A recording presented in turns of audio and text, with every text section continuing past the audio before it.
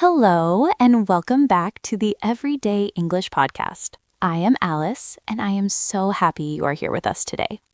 And I am Ben. Hello, everyone. We are really excited about this episode because it is the second part of our travel series. That is right. In our last video, we looked at a great conversation about getting ready for our road trip. We talked about packing, getting snacks, filling up the gas tank, and all the fun excitement of hitting the open road. It was a very happy episode. Everyone loves the start of a vacation. But Alice, today we have to be a little bit more serious because sometimes road trips do not go exactly according to plan. Exactly, Ben. We are going to talk about what happens when things go wrong. We are going to teach you the essential English vocabulary for car emergencies, breakdowns, and talking to mechanics. This is so important. I think this is actually the most useful vocabulary you can learn for travel. Because if everything is going well, you can just smile and point. But if your car stops working in the middle of a highway, you need to be able to communicate exactly what is happening.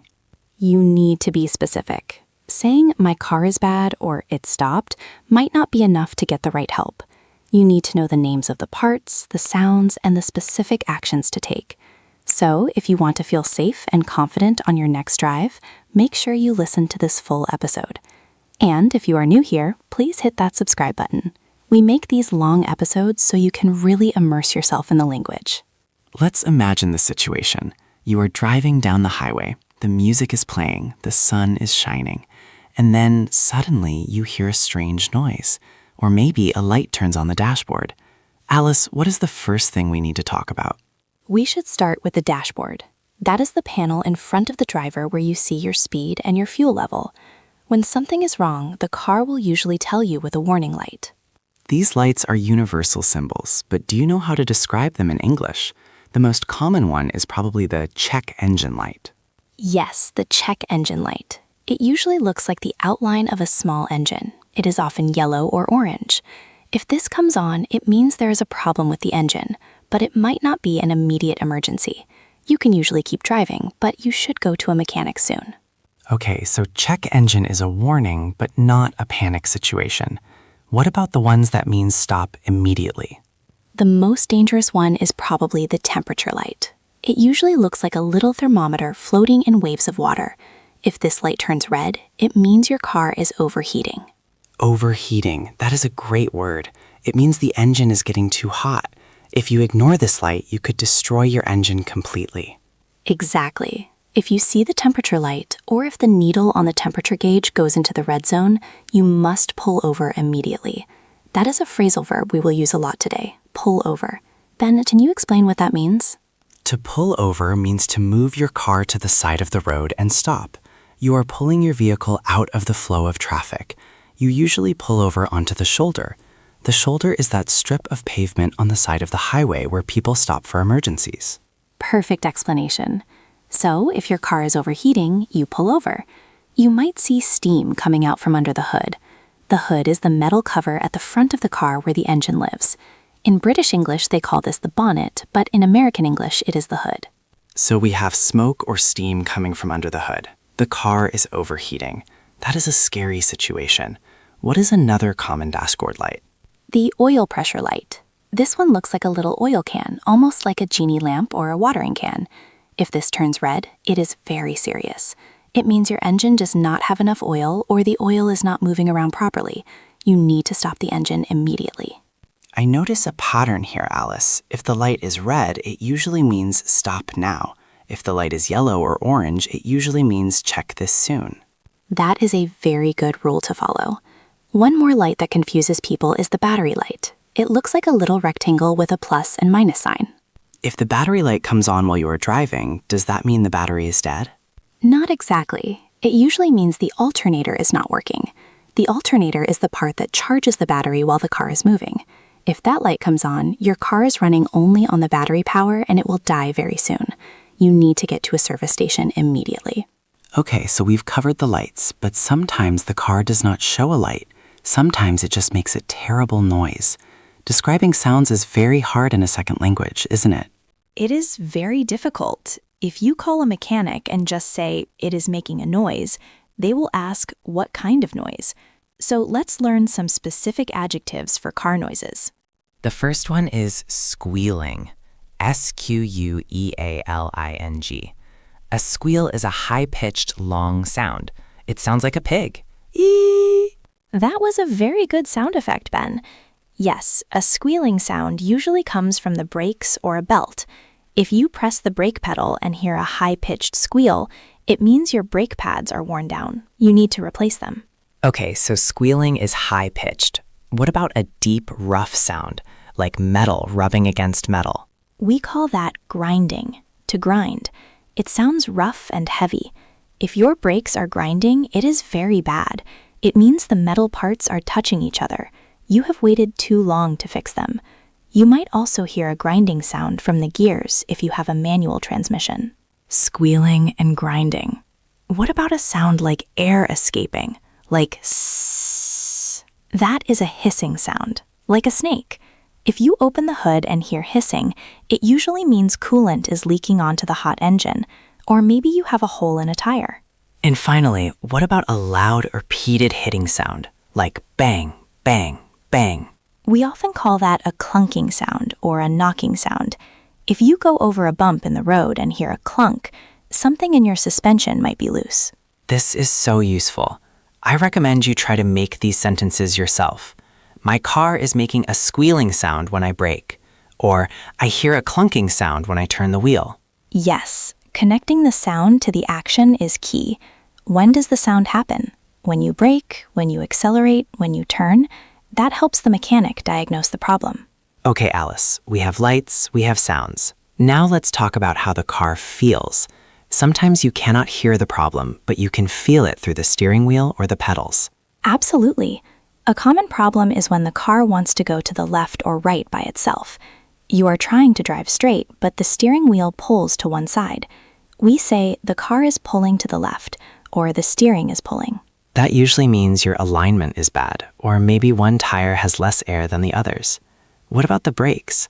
Sometimes when you step on the brake pedal, it feels soft. Yes, we call that spongy brakes, like a kitchen sponge. You step on the pedal and it feels squishy and soft, and the car does not stop quickly. This is very dangerous. You need to tell the mechanic, my brakes feel spongy. Or the opposite. The car might be shaking or vibrating. If you are driving fast on the highway and the steering wheel is shaking in your hands, that is a vibration. Exactly. So we have covered the symptoms. Now let's imagine the worst case scenario. Your car actually stops working. You are on the side of the road. You have pulled over onto the shoulder. What is the first safety step? You need to turn on your hazard lights. These are the blinking orange lights on all four corners of the car. There is usually a button on your dashboard with a red triangle on it. You press that and all your lights flash. This tells other drivers, I have a problem, please be careful. In the UK, they often call these the hazard warning lights, or simply hazards. In the US, people might also call them flashers, but hazard lights is understood everywhere. Okay, hazards are on. Now you need to assess the situation. Is it something you can fix yourself? For example, a flat tire? Let's talk about that vocabulary. A flat tire is when the air comes out. If the tire explodes loudly while you are driving, that is called a blowout. A blowout is very scary. But a regular flat tire usually happens because you drove over a nail or a sharp object. If you have a flat tire, you need to change it. Do you have the tools? You need 3 main things. First, the spare tire. This is the extra tire kept in the trunk. Second, you need a jack, J-A-C-K. A jack is a tool that lifts the heavy car off the ground. And third, you need a lug wrench or tire iron. This is the metal tool used to unscrew the bolts that hold the tire on. Those bolts are called lug nuts, right? Yes, lug nuts. So the verb phrases are jack up the car, loosen the lug nuts, remove the flat tire, and put on the spare. But Alice, let's be honest. Many people, including me, do not know how to change a tire. Or maybe the problem is the engine and we cannot fix it. We need to call for help. This is the most critical part of the lesson. You need to call roadside assistance. This might be a service like AAA in America, or the AA in the UK, or it might be your car insurance company, or in a real emergency, the police. Let's do a little role play. I will be the driver. My car has broken down. You can be the dispatcher, the person answering the phone. Okay, I am ready. Ring, ring. Hello, I need help. My car has broken down. Roadside assistance. Are you in a safe location? Yes, I am on the shoulder of the highway. Okay, sir. What is the nature of the problem? My car overheated and then the engine just died. It won't start again. There is smoke coming from the hood. I see. And do you know your location? I am on Highway 95 heading north. I just passed exit 40. I think I am near mile marker 42. Okay, Highway 95 North, mile marker 42. What is the make and model of your vehicle? It is a 2018 Toyota Corolla, silver color. Thank you. I am dispatching a tow truck to your location. The estimated wait time is 45 minutes. Please stay inside your vehicle with your seatbelt on. Thank you. Okay, cut. That was a great dialogue, Ben. Let's look at some of the key phrases you used. The first one was, my car has broken down. This is the general phrase for stopped working. You can say, my car broke down, or I have broken down. Then I asked you for your location. This is the hardest part when you are traveling. You said, I passed exit 40. In the US, highways have exits where you leave the road. Knowing the last exit number is very helpful for the tow truck driver. I also mentioned a mile marker. If you look on the side of major highways, there are small green signs with numbers. These are mile markers. They tell emergency services exactly where you are. If you don't know where you are, find the nearest mile marker. That is a pro tip.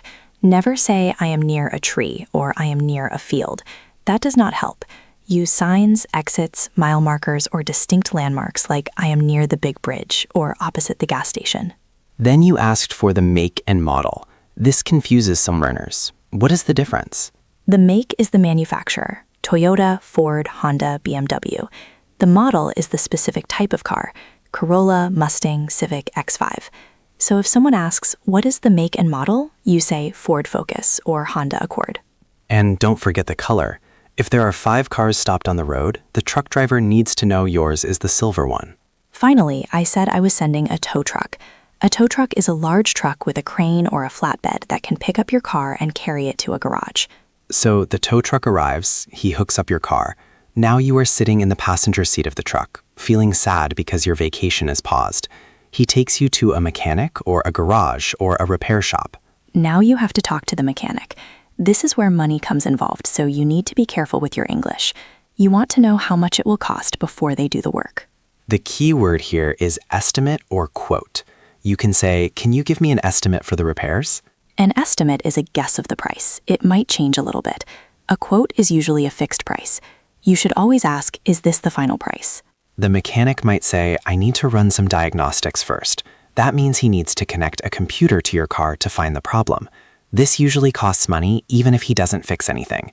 This is called a diagnostic fee. Correct. And when he gives you the bill, it will usually be split into 2 parts, parts and labor.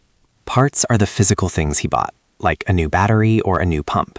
Labor is the money you pay for his time and work. Labor is usually charged by the hour. Sometimes the labor is more expensive than the parts. It is good to ask, how long will it take? If you are on a road trip, you need to know if you can drive away today or if you need to find a hotel for the night. If the mechanic says, we have to order the part, it will be here tomorrow, then you know you are staying in town for the night. Let's review another common problem that doesn't involve a tow truck, the dead battery. This happens to everyone. You leave your lights on by mistake while you go hiking. You come back, you turn the key, and nothing. Just a clicking sound. Click, click, click. Your battery is dead. You need a jump start. To jumpstart a car means to connect your dead battery to another car's good battery to give it a boost of energy. To do this, you need jumper cables. These are the thick cables, usually one red and one black, with big clamps on the ends. In British English, they are often called jump leads. So you are in the parking lot. You see a friendly-looking stranger. How do you ask for help? You can't just say, give me energy. You should be polite. You can say, excuse me, my battery is dead. Would you mind giving me a jump start? Or, do you have jumper cables? I think my battery died. Most people are happy to help because it only takes 5 minutes, but you need to know which cable goes where. Red is positive, black is negative. If you mix them up, you can make sparks fly. Yes, please be careful. But focusing on the English, the key phrase is give me a jump or jumpstart my car. We have covered so much today. We have the dashboard lights, the sounds, the pulling over, the calling for a tow truck, and the mechanic. It feels like a lot of vocabulary, but it is all related. It is. And remember, you don't need to be a mechanic to use these words. You just need to be able to describe what you see, hear, and feel. Let's do a quick lightning round review. I will describe a problem, and Alice, you tell me the word. Ready? Ready. White clouds are coming out of the engine and the temperature gauge is high. The car is overheating. The tire has a hole in it and is completely flat. That is a flat tire or a puncture. The car will not start. I hear a click, click, click sound. The battery is dead. A high-pitched noise when I press the brakes. The brakes are squealing. The truck that comes to take my broken car away. A tow truck. And finally, the extra tire in the back of the car.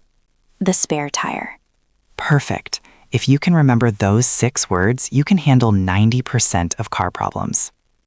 And one more tip for our listeners. Before you go on a long trip, especially in a foreign country, prepare an emergency note on your phone. Write down the emergency number for that country. It isn't 911 everywhere. In the UK, it is 999. In Europe, it is 112. That is a life-saving tip. Also, write down the make, model, and license plate number of your rental car. When you are panicked, you might forget your license plate number. Having it written down helps you stay calm. Exactly. Preparation is the key to confidence. And speaking of preparation, we want to help you prepare even more. If you found this episode helpful, please give it a like. It really helps our channel grow and helps other English learners find these lessons. And leave us a comment below. Have you ever broken down in a car? What happened? Did you have to speak English? Tell us your story. We love reading your comments, and it is great writing practice for you. We also have a challenge for you today. We want you to take 3 of the new words you learned, maybe overheating, tow truck, and squealing, and write a short paragraph in the comments describing a bad road trip. It can be a true story or a made-up story. Using the vocabulary immediately is the best way to lock it into your memory. Don't just listen, participate. This brings us to the end of our road trip survival guide. We hope you never have to use these words. We hope your travels are smooth, your engine runs quietly, and your tires stay full of air. But if something does happen, now you know exactly what to say. You can be the hero who handles the situation calmly because you have the English skills to do it. Thank you so much for listening to the Everyday English podcast. Keep practicing, stay safe on the roads, and we will talk to you in the next episode. Bye, everyone. Safe travels. Goodbye.